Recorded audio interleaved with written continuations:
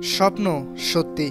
হাসি হাসি মুখে সান্তিয়াগো বার্নাব্যুর টানেল দিয়ে বের হলেন কিলিয়ান এমবাপ্পে। ফরাসি তারকাকে দেখেই পুরো স্টেডিয়ামে শুরু উল্লাসধ্বনি। এমবাপ্পেও দর্শকদের উদ্দেশ্যে হাত নাড়াতে থাকলেন।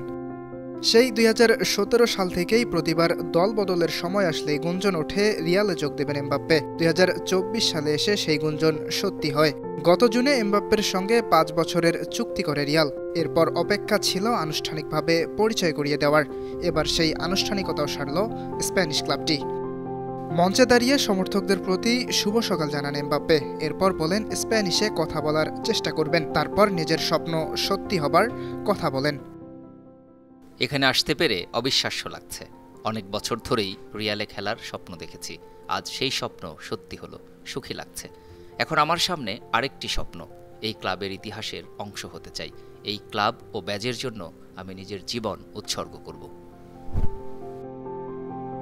রিয়াল মাদ্রিদে ৯ নম্বর জার্সি পেয়েছেন এমবাপ্পে। গেল বছর আরেক ফ্রান্স তারকা কারিম বেনজেমা ক্লাব ছাড়ার পর থেকেই ফাঁকা ছিল ৯ নম্বর জার্সি। তবে জার্সির সংখ্যা নিয়ে আক্ষেপ নেই বলে জানিয়েছেন এমবাপ্পে। ৯ নম্বর জার্সিতেই খুশি তিনি, খেলতে রাজি যে কোনো সংখ্যার জার্সি নিয়েও। ইয়াসির আরাফাত সবুজ, বানো টিভি।